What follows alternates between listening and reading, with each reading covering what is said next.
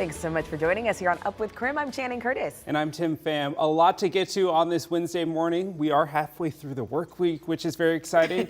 You'll notice when you walk out the door this morning, though, it's a little bit wet outside, but it won't be that way all day. So let's head on over to Nicole Hernandez, who has a detailed forecast for us to let us know when things will clear up a little bit. Hey there, Nicole. Hello, good morning. Yes, it is still nice and dark out. We've got a nice view over Riverfront Park, and if it wasn't dark, you would be able to see that the ground is wet. This morning we did get some showers, but the Spokane area specifically has actually cleared out pretty nicely. Right now we're sitting at 40 degrees and partly cloudy. We were expecting a lot more rain than we ended up getting, and I'll explain why later. But for now, temperatures across the region, we're at 40 in Wenatchee, Spokane, and Coeur d'Alene, 42 in Moses Lake, and 39 in Sandpoint. Notice those raindrops on Coeur d'Alene and Sandpoint, they are still getting some showers. So here's what we're looking at right now. The Spokane area has dried out, but the Coeur d'Alene Sandpoint area is still getting some of that rain, some of those showers. So if you're over in the North Idaho area, maybe consider bringing an umbrella, a little bit more than us here in the Spokane area. But pretty quickly, that is going to clear its way out. You can see it sticks around through the morning, 8:30-ish there, and then about noon, it starts to clear its way out of North Idaho as well. And then we are left with some beautiful skies, just partly cloudy. We're gonna have some sunshine peek through as well, and we're also going to be a little bit warmer than we were yesterday, hitting a high in the high 40s, or even potentially hitting 50 degrees. Well, this morning we are learning new details about a deadly shooting near Nespelem. Last Thursday, 2 people died and a Colville tribal officer was shot. So we obtained newly released court documents that show one of the 3 suspects fired at the officer 3 separate times as he tried to stop the suspect's car. KREM 2's Mark Hanrahan breaks down what we've learned. It all unfolded last Thursday night when police were called to a home in Keller on reports of an active shooter. When they arrived at the home, they found 2 people dead inside.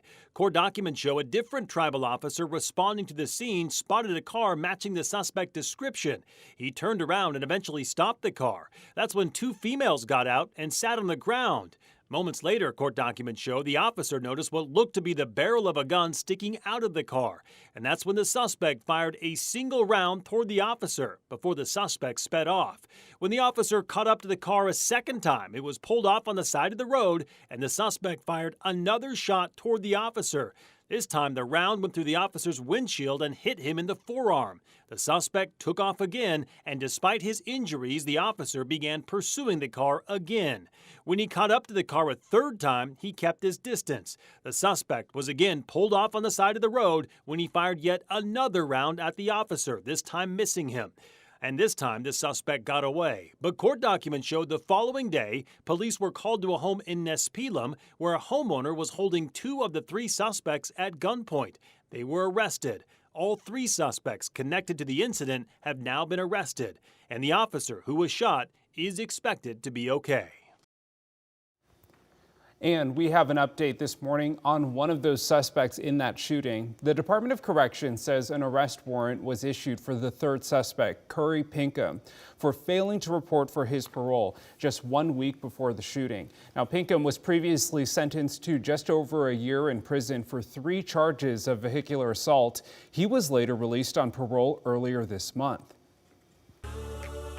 It's 6:04 right now. Let's take a look at your morning rush. More news in less time.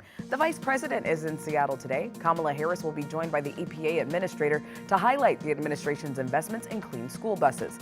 The Environmental Protection Agency's Clean School Bus program will provide $5 billion over the next 5 years to replace existing school buses with zero-emission and low-emission models.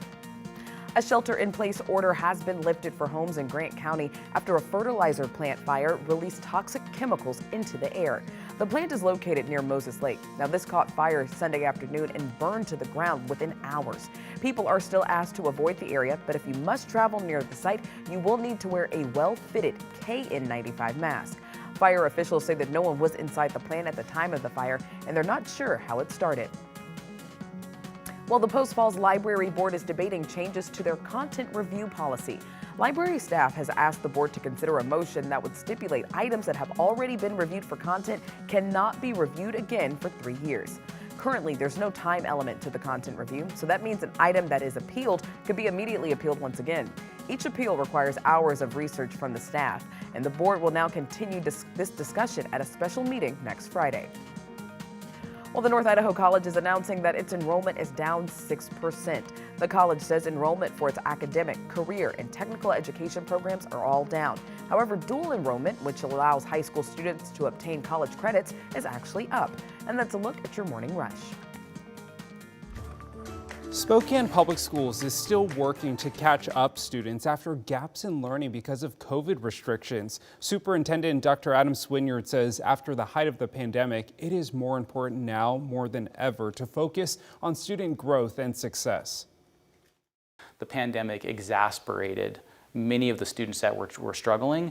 It exacerbated their challenges and struggles, which has really put a lot of need inside of our schools and has really, advanced the importance of us providing that holistic school experience for kids. The district is using individualized growth assessment tools to meet students where they are. By the end of the school year, the district hopes to decrease the 54% of students currently at below expectations. We have 3 respiratory viruses, RSV, influenza, and COVID, rising at the same time. Obviously, that's something we're going to monitor very closely. A health warning this morning affecting the entire country. Medical experts are sounding the alarm about a possible tripledemic that could unfold this winter with cases of COVID-19, the flu, and RSV all expected to rise. The season is already off to a rough start with respiratory illnesses spiking around the country. Pediatric hospitals in many states are at capacity with kids fighting respiratory infections.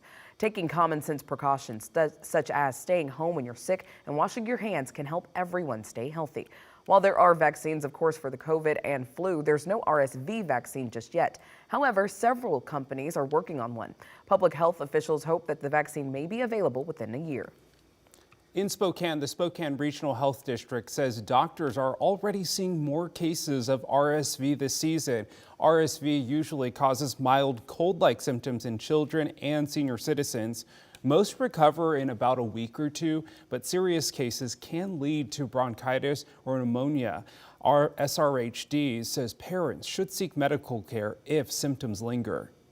When you have persistent fever, particularly you start to develop respiratory symptoms like difficulty breathing, rapid breathing rate, a cough that sounds wet, wheezing, those are signs that there's something more in the lungs, not just up in your throat and your nose. Every year, RSV hospitalizes close to 60,000 children under the age of 5. The virus can be more serious for senior citizens, infants, or those with compromised immune systems. Well, updated COVID vaccines were rolled out to the public last month. So far, Americans have been slow to roll up their sleeves. President Biden invited the media to watch yesterday as he received that updated vaccine. The updated one is effective against both the original strain of COVID as well as the Omicron variant. But just 19.4 million Americans have received the latest shot. That's about 17% of the U.S. population. I'm calling on all Americans. Seems like you're having to make this case again. All Americans to get their shots just as soon as they can.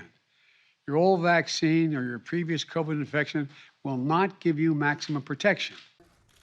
The White House says now is the time to get protected ahead of the upcoming holiday season. President Biden is also calling on Congress to provide new funding. He hopes the COVID vaccine shots can continue to be free to everyone.